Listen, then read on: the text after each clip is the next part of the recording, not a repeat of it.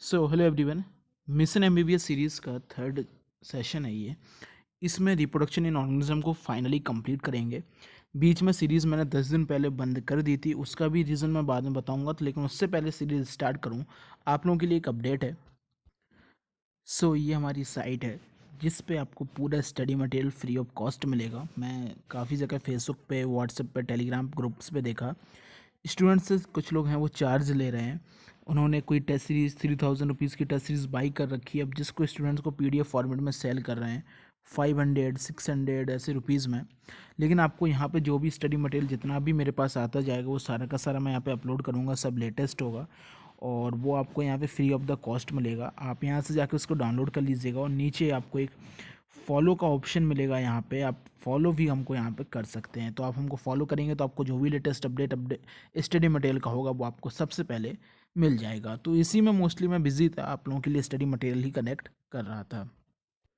सो पहला क्वेश्चन है, match the column first and match the column second. सारे जो क्वेश्चन होंगे आपके 10 क्वेश्चन होंगे मैक्सिमम मिनिमम, और ये सारे के सारे क्वेश्चन आपके जो होंगे match the following type questions होंगे।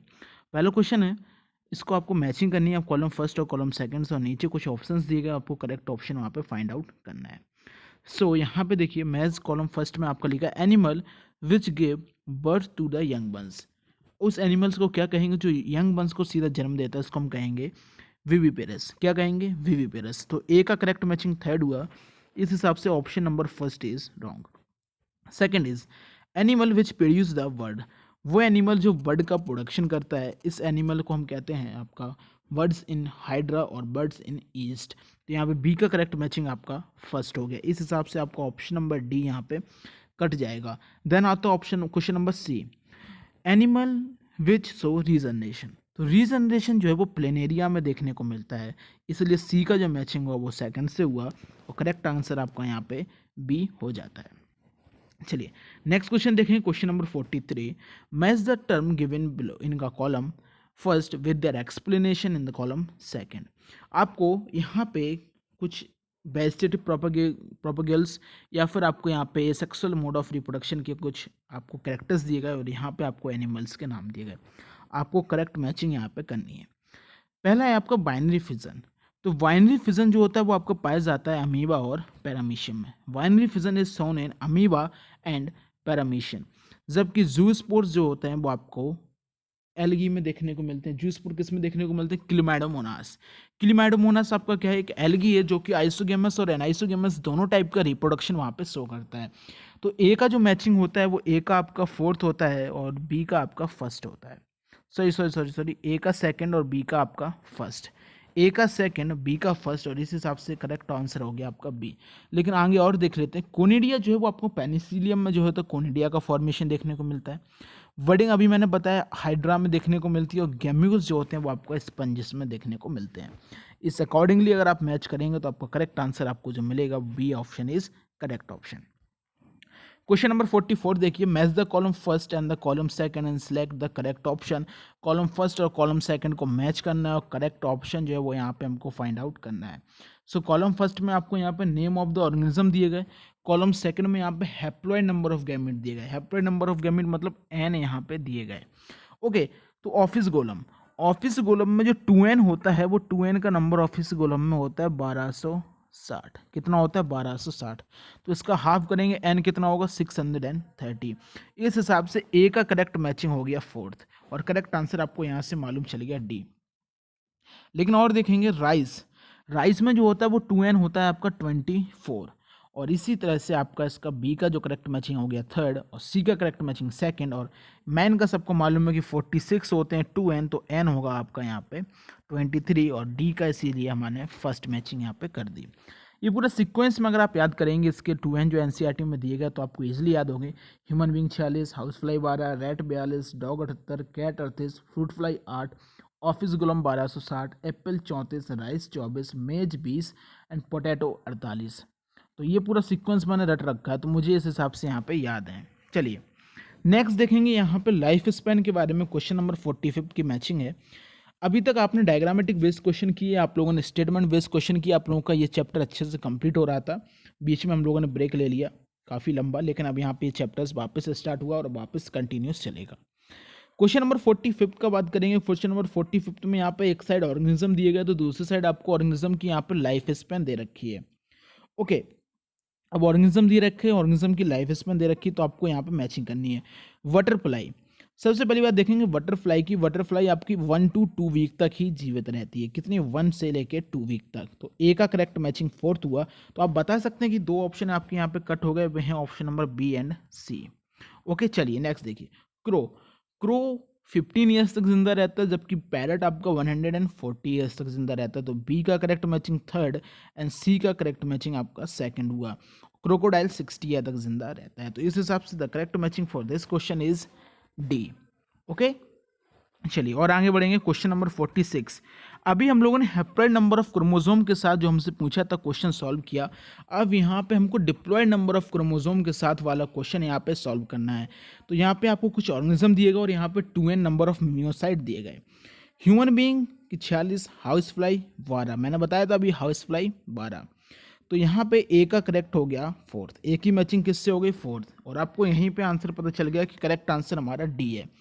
ओके, लेकिन और आगे देखेंगे। Human being 46, house fly 12, rat 42, dog 78, cat 38, fruit fly 8, fruit fly का 8, मतलब बी का आपका क्या हो गया? 3rd। बी का क्या हो गया? 3rd। चलिए बी का 3rd।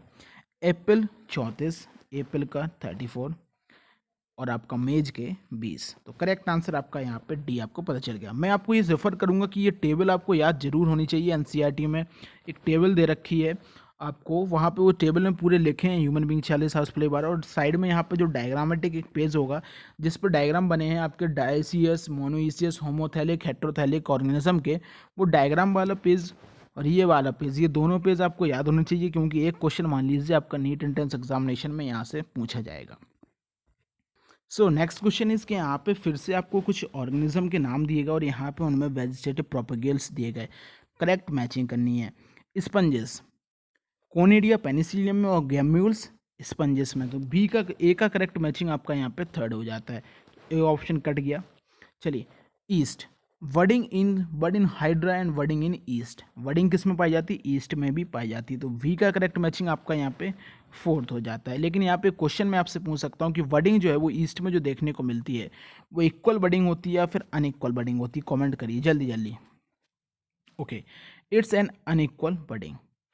आइज ऑफ पोटैटो जो होती हैं उन्हीं को क्या कहते हैं? ट्यूबर। क्या कहते हैं? आइज ऑफ पोटैटो, जैसे कि वही पोटैटो है और यहाँ पे छोटे छोटे से निकलने लगते हैं, इन्हीं को हम कहते हैं आइज ऑफ पोटैटो। क्या कहते हैं? आइज ऑफ पोटैटो, जो कि क्या होता है? एक tuber.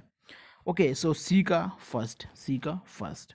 Next is water water हाइकन में ऑफसेट का फॉर्मेशन देखने को मिलता है। मतलब ऑफसेट का मतलब कैसे होता है? करेक्ट आंसर पहले इस क्वेश्चन के लिए डी है। ऑफसेट क्या होता है? जैसे कि ये कोई वाटर हाइकन का प्लांट है, ये दूसरे से कनेक्टेड रहेगा और ये जो बीच में है इसी को हम कहेंगे ऑफसेट। ओके, चलिए क्वेश्चन नंबर 48। क्वेश्चन नंबर 48 में देखिए पहला है A, the pollen transfer from one flower to the another flower. एक फ्लावर से दूसरे फ्लावर तक पॉलन का ट्रांसफर होना, it is known as an pollination. इसको क्या कहेंगे? Pollination. B, the process of in which embryo develop into a seedling. वो प्रोसेस बताइए इसमें एम्ब्रियो सीड में कन्वर्ट हो जाता है, इसको कहते हैं जर्मिनेशन। क्या कहा हमने? Germination. C, fertilize egg in human get implanted in. Fertilize egg जो होता है ह्यूमन में वो यूट्रस में इम्प्लांटेशन होता है, और when egg is not fertilize, वो एग फर्टिलाइज नहीं होता है तो आपकी मेंस्ट्रुअल साइकिल रुकती नहीं है, वो कंटिन्यूस चलती रहती है। अगर एग फर्टिलाइज हो गया तो मेंस्ट्रुअल साइकिल आपकी रुक जाती है, कॉर्पस ल्यूटियम डीजनरेट नहीं होता है वहाँ पे, और वो वहीं पे एंडोमेट्रियम की मेंटेनेंस के लिए प्रोजेस्टेरोन का वहाँ पे सेक्रेशन वहाँ पे करने लगता है। Okay, so correct answer for this question is a. आगे बढ़ेंगे। Which of the following pair is correctly matched. इनमें से कौन से पेयर ऐसे हैं जो कि आपके करेक्टली यहाँ पे मैच्ड किए गए हैं? वल्बिल इन अगेव, जिंजर में सकर्स, क्लाइमेडोमोनास में कोनिडिया और ईस्ट में जूस्पोर। ये सब गलत हो गया। वल्ब इन ओनियन, ओनियन में वल्ब का फॉर्मेशन होना इज करेक्ट मैचिंग, क्योंकि राइजोम इन बनाना इन जिंजर, जिंजर में राइजोम का देखने को मिलेगा। क्लीमाइडोमोनास में जूस्पोर का फॉर्मेशन दिखेगा, और ईस्ट में आपको मालूम है यहाँ पे बडिंग जो है वो ईस्ट में यहाँ पे देखने को मिलती है। चलिए find out the incorrectly matched pair. Okay, incorrectly matched, अभी करेक्टली मैच्ड फाइंड आउट किया तो इसको अंडरलाइन कीजिएगा। इनकरेक्ट पूछा है या करेक्ट आंसर आपसे पूछा है? इसमें इनकरेक्टली मैच्ड पूछा है, तो eyes of potato are tuber, सही है। राइजोम इन बनाना इन जिंजा सही है। वल्बल इन अगेव सही है। लीफ वर्ड्स, जो लीफ वर्ड्स होती हैं वो ब्रायोफिल्म की लीफ में देखने को मिलती हैं, ब्रायोफिल्म लीव्स में। राइजोम जो होता है वो बनाना में देखने को मिलता है। तो इनकरेक्टली मैच होता था, इसलिए क्वेश्चन नंबर 50 का option number D is incorrectly matched. Final question है क्वेश्चन नंबर 51 और ये चैप्टर यहाँ पे कंप्लीट होता हुआ। आपको एक साइड यहाँ पे कुछ टर्म दिए गए और यहाँ पे उनकी डेफिनेशन जो इसको बेस्ट तरीके से एक्सप्लेन करे आपको मैचिंग करनी है। What is gamete? गैमीट आपके क्या है? तो गैमीट्स आपके दो ऑप्शन आपको यहाँ पे दिख रहे होंगे। पहले देखिए, result in the formation of male and female gamete, गलत। जर्म सेल्स, गैमीट्स आपके क्या है? Germ cell. सो गैमीट आपके जर्म सेल हुए। बडिंग, वर्डिंग क्या होता है? मतलब ए का करेक्ट मैचिंग थर्ड हो गया तो ऑप्शन नंबर डी और ऑप्शन नंबर ए यहाँ पे कैंसिल हो जाते हैं। बडिंग, अब बडिंग क्या है? तो आप बडिंग में देख लीजिए, या तो फिफ्थ वाला होगा या तो फर्स्ट वाला होगा। चलो पहले फिफ्थ वाला पढ़ते हैं। An unequal division of an organism in which individual arise and an outgrowth from the parents. बिल्कुल सही बात है। एक प्लांट की जो आउट ग्रोथ होती है वो आ जाती है, उसी को हम क्या कहते हैं? बडिंग। तो बी का जो है वो फिफ्थ मैचिंग हुआ, इस हिसाब से option number B is correct. लेकिन और आगे पढ़ेंगे। C, fission. फिजन मीन्स क्या? The fusion of male, sorry fission क्या है? Binary fission result in the division of unequal half. देखिए सेकंड फिजन क्या है? अनइक्वली यहाँ पे डिवाइड कर लेना, बाइनरी फिजन। फर्टिलाइजेशन क्या है? Fusion of male and female gamete. Zygote किससे बनता है? फ्यूजन के बाद जिस फॉर्मेशन होता है उस किससे होता है? वो जाइगोट से फॉर्मेशन होता है। तो वी जो है वो यहाँ पे करेक्टली मैच्ड है और correct answer is B. Okay, so यहाँ पे ये सारे के सारे match the following type question complete हुए। डायग्रामेटिक बेस्ड क्वेश्चन इससे पहले हम लोग कर चुके हैं सारे के सारे, ये सारे क्वेश्चन हो चुके हैं। अब आपका यहाँ पे नेक्स्ट मिशन एमबीबीएस के फोर्थ सेशन से में आपका जो स्टार्ट होगा वो टॉपिक इसका नाम है sexual reproduction in flowering plant. और इसको 3 पार्ट में ये भी डिवाइडेड है। पहले हम इसके directly line wise based question और स्टेटमेंट टाइप क्वेश्चन करेंगे, then we goes for match the following type question, नहीं then we goes for diagrammatic based question. और क्रिटिकल थिंकिंग क्वेश्चंस जो हैं वो उसको भी अब आज से स्टार्ट करना, क्रिटिकल थिंकिंग क्वेश्चन भी स्टार्ट करेंगे। और देन ये चैप्टर कंप्लीट करके देन धीरे धीरे सारे चैप्टर्स आपके कंप्लीट करेंगे। बुक जो है वो मैंने साइट के लिंक के नीचे डिस्क्रिप्शन में दे रखी है, वेबसाइट की लिंक, वहाँ पे बुक अपलोडेड है, वहाँ जाके आप बुक्स देख सकते हैं। Thank you.